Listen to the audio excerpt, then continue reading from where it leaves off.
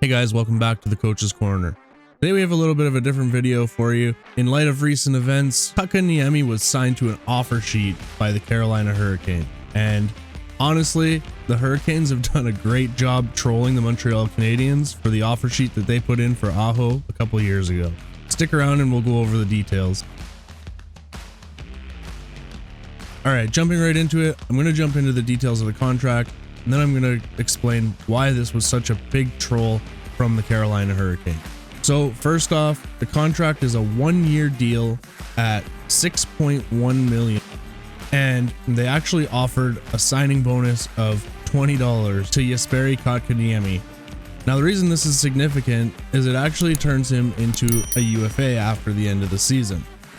So even if the Montreal Canadiens do elect to re-sign him, they'll have to be working on a contract for him throughout the season or sign him in the off-season again.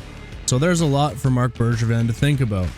Now, the reason this is such a huge troll by the Hurricanes are a couple of reasons. First off, the signing bonus of $20, which is absolutely hilarious and unheard of.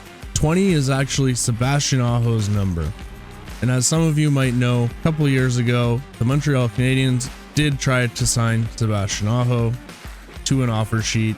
However, the Carolina Hurricanes came back and matched the deal.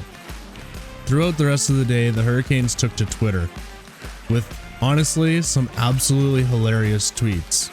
One being the reverse card from an Uno, another being almost a word-for-word identical tweet from what the Montreal Canadiens said when they tried to sign Sebastian Aho to an offer sheet. The Hurricanes even took it as far to tweet this in French and changed their bio from English to French.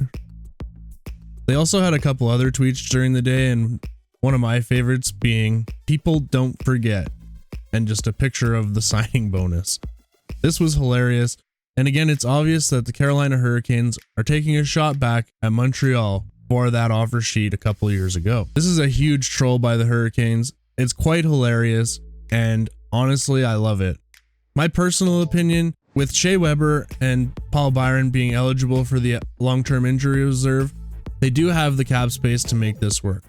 However, is KK worth $6.1 million? I personally think with all the time they've invested into KK that they maybe should match this offer sheet.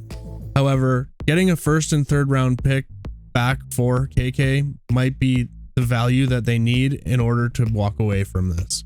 The only trouble I see with that is Kotkaniemi's proved that he can perform in the playoffs even if he's had a little bit of a rough start in the regular season.